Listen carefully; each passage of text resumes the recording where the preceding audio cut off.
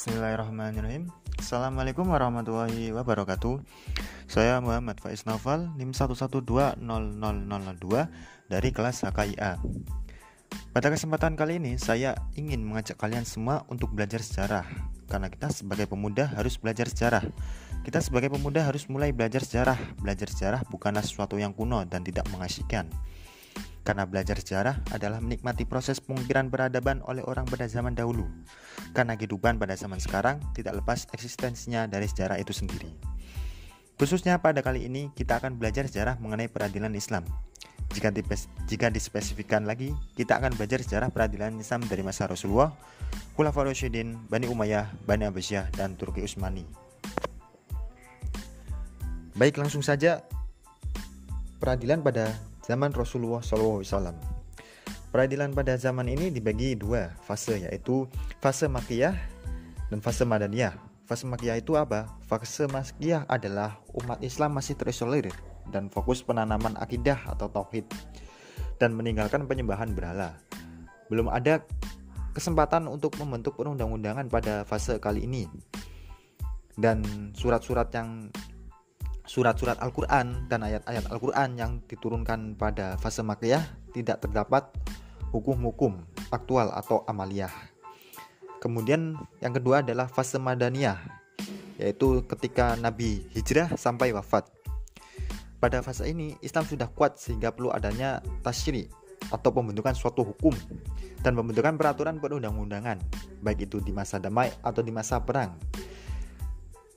Dan pada masa ini juga sudah disyariatkan tentang hukum pernikahan, perceraian, warisan, hutang piutang, kepidanaan, dan lain-lain. Dan juga pada fase ini sudah terdapat banyak ayat dan surat yang madaniyah yang memuat ayat-ayat tentang hukum. Kemudian ada peran Rasulullah. Peran Rasulullah SAW ada tiga. Yang pertama adalah peran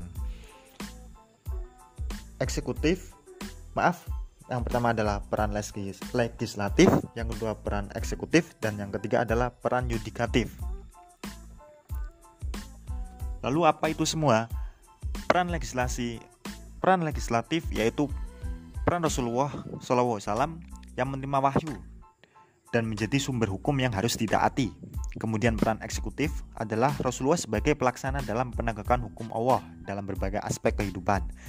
Dan peran yudikatif yaitu sebagai pengawas dalam peradilan dalam persengketaan dalam masyarakat zaman dahulu. Kemudian peradilan pada masa Khulafaur Rasyidin. Ada 4 khalifah yang menjadi peletak dasar dari peradilan pada masa ini. Yang pertama Abu Bakar As-Siddiq, yang kedua Umar bin Khattab, yang ketiga Utsman bin Affan, dan yang keempat adalah Ali bin Abi Thalib. Pada masa Abu Bakar As-Siddiq, pemerintahnya itu berlangsung selama 2 tahun dan relatif sama peradilannya dengan pada masa Rasulullah SAW. Disebabkan oleh terpusatnya konsentrasi memerangi muslim murtad dan pembangkang yang tidak menunaikan zakat. Dan jabatan hakim tertinggi dipegang oleh khalifah sendiri. Dan pada masa Abu Bakar As-Siddiq juga masih sangat sedikit perkara yang muncul. Kemudian masa Umar bin Khattab. Masa Umar bin Khattab kekuasaannya selama 10 tahun dan sudah melakukan inovasi dalam peradilan. Pada masa ini Umar bin Khattab juga sudah menetapkan hakim pada setiap daerah.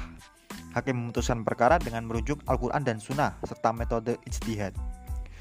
Pengadilan Hizbah juga sudah digagas oleh Umar bin Khattab. Dan juga Umar bin Khattab sudah menetapkan Risalatul Qadha yang berisi prinsip dalam peradilan dan dikirimkan ke hakim-hakim daerah untuk menjadi pedoman dalam menyelesaikan perkara peradilan. Kemudian yang ketiga adalah Utsman bin Affan. Peradilan dilakukan pada sebuah gedung pada zaman Utsman bin Affan. Khalifah Utsman bin Affan mengikuti langkah Umar bin Khattab dalam pemilihan qadhi serta bersandar pada Al-Quran dan Sunnah dalam pedoman peradilan serta musyawarah dalam memutuskan perkara. Pada zaman ini juga Utsman bin Affan memberikan surat khusus kepada para qadhi di daerah agar selalu berlaku adil dan juga memberikan gaji untuk hakim dan stafnya, dan gaji tersebut itu diambil dari Baitul Mal. Kemudian Utsman bin Affan juga mengangkat pejabat administratif peradilan dan menyempurnakan administrasinya. Pada masa ini juga peradilannya sama seperti sistem peradilan khalifah sebelumnya, yaitu masa Umar bin Khattab. Dan yang keempat adalah Ali bin Abi Thalib. Pada masa ini sistem peradilannya mengikuti khalifah sebelumnya. Ali bin Abi Thalib juga selalu berpesan kepada para qadhi untuk menjalankan tugasnya berdasarkan keadilan. Ali bin Abi Thalib juga menetapkan hukum di Madinah. Ketika keluar di Basrah, dia mengangkat Abdullah bin Abbas sebagai gantinya di Madinah untuk menjadi hakim. Ali bin Abi Thalib juga memiliki standar kecakapan khusus dalam pemilihan hakim.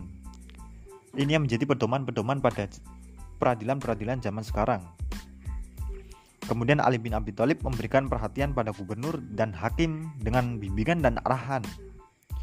Dan yang selanjutnya, Ali bin Abi Thalib juga telah membuat sebuah kitab peradilan dan fikih untuk ijtihad kehakiman. Kemudian yang selanjutnya yaitu peradilan pada masa Bani Umayyah. Bagaimana peradilan pada masa Bani Umayyah? Pada masa Bani Umayyah, pemerintah mendirikan lembaga kehakiman yang dikepalai oleh ketua hakim. Hakim juga memutuskan perkara dengan ijtihadnya yang berdasarkan pedoman Al-Quran dan hadis. Pendapat ulama qadhi tidak lagi dihormati oleh pemerintahan pada zaman Bani Umayyah, dan juga kuatnya pengaruh absolutisme terhadap hukum dan peradilan. Pada masa ini juga integritas qadhi yang tinggi terhadap hukum dan juga tetap menjunjung tinggi citra dan mempertahankan martabat serta kemurnian peradilan. Pada masa kali ini juga pemerintah kurang memberikan perhatian terhadap lembaga peradilan. Hal ini disebabkan karena Khalifah Umayyah kurang tertarik pada masalah hukum dan lebih berkonsentrasi pada urusan politik dan perluasan wilayah. Figur khalifah pada zaman kali ini umumnya tidak digolongkan pada kualifikasi ulama atau fuqaha. Bahkan di antara mereka, para khalifah tersebut terdapat pribadi yang dinilai kotor. Dan tidak semua perkara peradilan pada zaman ini menjadi wewenang hakim, karena kewenangan hakim dibatasi pada masalah perdata dan perkara perorangan serta hukum kekeluargaan, sementara pidana menjadi wewenang oleh pemerintah. Eksekusi putusan hakim pun dilaksanakan oleh pemerintahan. Kemudian juga ada sebuah lembaga-lembaga yang peradilan dalam masa Bani Umayyah. Yang pertama ada Al-Qadha. Pada Al-Qadha ini pada dasarnya hakim Bani Umayyah adalah figur-figur yang adil dan memiliki kemampuan untuk berijtihad sehingga para hakim tidak terikat dengan pendapat ulama. Lembaga ini juga hakim bebas berijtihad dan memutuskan perkara sesuai kemampuannya. Kemudian hubungan antara hakim belum terbina pada lembaga ini. Qadha sama dengan fatwa. Fatwa qadhi dipandang sebagai putusan dan menjadi hukum. Kemudian keputusan seorang qadhi tidak bisa dibatalkan oleh qadhi yang lain, karena ijtihad tidak bisa membatalkan ijtihad. Kemudian hukum pada masa ini berkembang melalui sentuhan ijtihad hakim dan fuqaha, dan munculnya kesadaran untuk mencatat putusan hakim yang digagas pertama oleh Hakim Salim bin Attas di Mesir pada masa Khalifah Muawiyah bin Abi Sufyan. Kemudian yang kedua adalah ada wilayat Al-Mazalim. Wilayat Al-Mazalim adalah mahkamah tinggi atau mahkamah banding dan mengadili para hakim dan pembesar negara yang berbuat salah. Kemudian mengawasi dan memeriksa pelanggaran yang dilakukan oleh penguasa dan keluarganya. Institusi ini juga merupakan institusi pengendali dan lebih tinggi dari pengadilan biasa yang dipelopori oleh Khalifah Abdul Malik bin Marwan dan dilanjutkan oleh Umar bin Abdul Aziz. Beliau disebut sebagai satu-satunya khalifah yang terjun langsung dalam praktik peradilan, yaitu pada wilayat Al-Mazalim.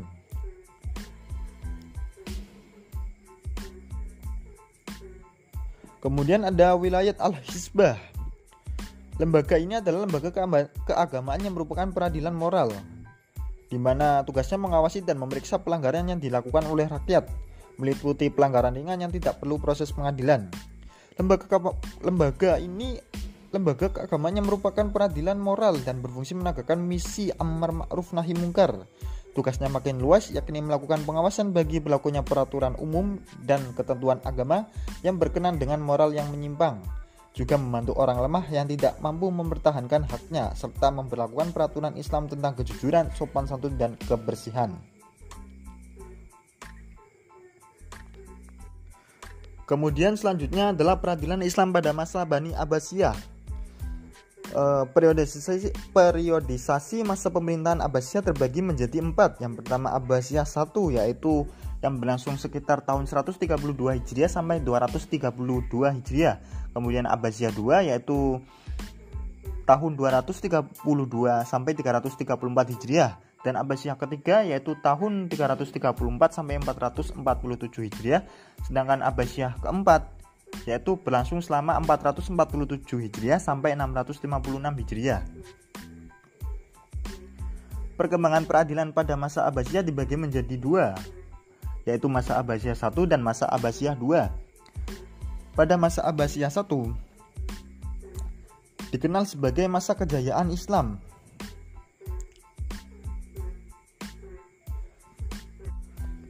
Tapi fanatisme mazhab sangat kuat dan perkembangan ekonomi dan ilmu pengetahuan sangat pesat. Pelaksanaan hukum Islam berjalan menurut mazhab tertentu dan juga lemahnya ruh ijtihad hakim dalam menetapkan hukum karena berkembangnya mazhab 4. Hakim diperintah memutus perkara sesuai dengan mazhab yang dianut penguasa atau masyarakat setempat. Misal di Irak berlandas pada mazhab Abu Hanifah, di Syam dan Maghrib pada mazhab Syafi'i. Apabila yang berperkara tidak menganut mazhab hakim, maka hakim menyerahkan putusan atau pemeriksaan perkara kepada hakim yang semazhab dengannya. Jika yang berselisih tidak bermazhab menurut mazhab yang ada di tempat ia berselisih, maka ia harus meninggalkan mazhabnya dan perkaranya diselesaikan berdasarkan mazhab tempat itu. Mazhab 4 ini menjadi sumber putusan hakim dalam waktu lama. Di wilayah selain mazhab 4, kodi diangkat berdasarkan mazhab setempat, misal Syiah Syadiyah di Yaman, Syiah Ithna Asyariyah di Persia, dan Syiah Imamiyah Sabiyah di Irak.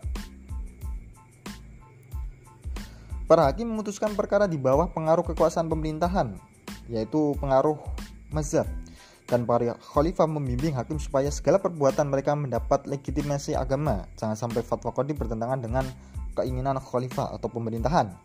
Karenanya banyak ahli fikih yang tidak mau menjadi hakim. Misal Abu Bakar Al-Razi menolak berkali-kali ditawari menjadi hakim agung.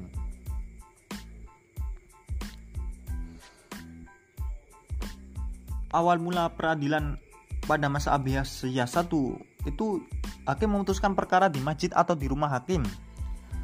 Tetapi selanjutnya persidangan dilakukan di suatu majelis luas di tengah kota. Para hakim tidak dibenarkan memutuskan perkara di tempat lain. Dan hakim berwenang menyelesaikan perkara perdata. Kemudian masa Abbasiyah yang kedua. Keadaan pemerintahan pada masa ini sudah sangat rusak. Kritis sosial, politik, dan budaya, agama, serta lain-lain itu sudah sangat porak-poranda pada masa ini. Karena bangkitnya al-wahan atau penyakit materialisme atau terlalu cinta dunia dan semangat jihad yang berkurang. Kerusakan merata dalam bidang politik, sosial, ekonomi, budaya, termasuk dalam bidang peradilan. Orang yang diangkat menjadi hakim pun diharuskan membayar sejumlah uang kepada pemerintah setiap tahun. Dan kekuasaan hakim menjadi lemah karena pemerintahan juga lemah. Kewenangan hakim semakin dibatasi hingga akhirnya hakim yang menyelesaikan soal sengketa dan soal kekeluargaan saja. Dan pada masa Al-Mansur, 3 imam besar yaitu Imam Malik, Abu Hanifah, dan Ibn Abi Dhib menolak menjadi hakim. Akhirnya mereka pun dipenjara karena menolak menjadi hakim demi mempertahankan agamanya.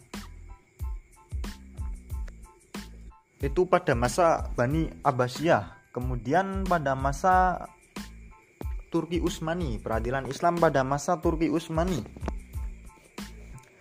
Bagaimana peradilan Islam pada masa Turki Utsmani? Awal mula peradilan pada masa ini tidak menganut salah satu mazhab pun, tetapi kemudian menganut mazhab Hanafi dalam fatwa dan peradilannya. Kemudian hukum Islam pada masa Utsman I hingga Salim I belum terkodifikasi dengan sempurna. Dan secara garis besar, pada masa Turki Utsmani peradilannya dibagi menjadi 3 era, yaitu masa sebelum Tanzimat, masa Tanzimat, dan masa pasca Tanzimat. Lalu bagaimana masa peradilan Turki Utsmani sebelum masa Tanzimat? Sebelum masa Tanzimat, Syekh al-Islam bertugas mengawasi pemberlakuan hukum Islam dan kinerja para qadhi. Sultan juga akan berkonsultasi untuk mengambil keputusan agar tidak bertentangan dengan syariat Islam.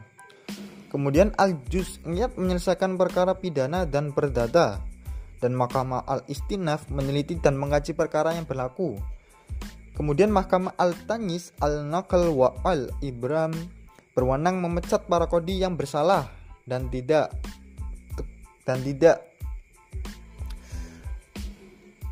becus dalam menyelesaikan suatu perkara. Kemudian ada Mahkamah Al-Istiraf Al-Ulia berada di bawah pengawasan sang sultan. Kemudian pada masa Tanzimat, Syekh al-Islam diberikan kewenangan untuk mengurusi permasalahan yang berkenaan dengan syariat Islam. Sedangkan hukum di luar syariat diatur oleh Dewan Perancang Hukum yang diadopsi dari Eropa berupa Al-Nizam Al-Qada Al-Madani atau Undang-Undang Peradilan Perdata. Kemudian juga pada masa Tanzimat dibentuknya Mahkamah Al-Nizamiyah yang terdiri atas Qada Al-Madani atau peradilan perdata dan Qada Syar'i atau peradilan agama. Kemudian pada masa pasca Tanzimat, Mahkamah Al-Tawaifi Qada Al-Mili, peradilan untuk suatu kelompok agama tertentu, sumbernya dari agama tersebut. Jadi Mahkamah Al-Tawaifi itu menjadi suatu peradilan bagi suatu kelompok agama tertentu dan juga sumbernya dari agama tersebut. Kemudian ada Qada Al-Konsuli, peradilan untuk warga asing. Ada Qada Mahkamah Pidana yang bersumber dari UU Eropa. Kemudian ada Qada Mahkamah Al-Hukuk yang mengadili perkara perdata yang bersumber dari Majalah Al-Ahkam Al-Adiyah. Kemudian ada Majelis Al-Syar'i Al-Syarif, yaitu lembaga yang mengadili perkara fikih Islam. Kemudian ada lembaga peradilan masa Tanzimat berubah, ada Mahkamah Biasa, Banding, dan Agung. Kemudian ada hukum syariat dan adat dihapuskan dan diganti menjadi hukum barat pada masa Turki Utsmani. Kemudian pada masa Turki Utsmani pada pasca Tanzimat juga hakim yang semestinya menjadi benteng terakhir penegakan hukum Islam dan berijtihad sudah tidak berarti lagi. Itu pada masa Turki Utsmani. Sebagai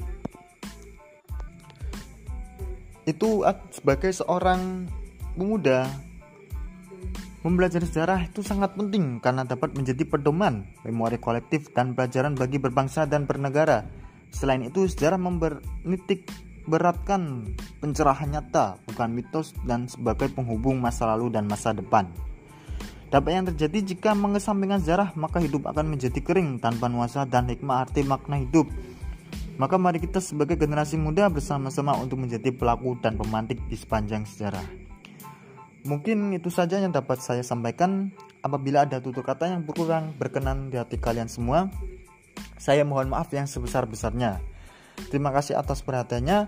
Wassalamualaikum warahmatullahi wabarakatuh.